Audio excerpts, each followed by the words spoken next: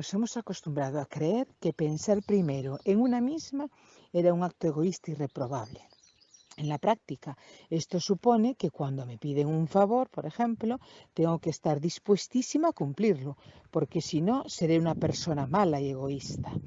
Así aprendimos que teníamos que ayudar a la otra persona, aunque no estuviéramos en buenas condiciones para ello, o dejar de lado mis propósitos para poder atender los objetivos de otras personas. Bien, realmente es muy loable querer ayudar, pero fijaos si existe cierto equilibrio en esa balanza, porque lo que suele suceder es que soy yo la que tiendo a complacer los deseos de determinadas personas, casi siempre, y cuando no lo hago me veo dando un montón de explicaciones para que entiendan que tengo un buen motivo para no hacerlo.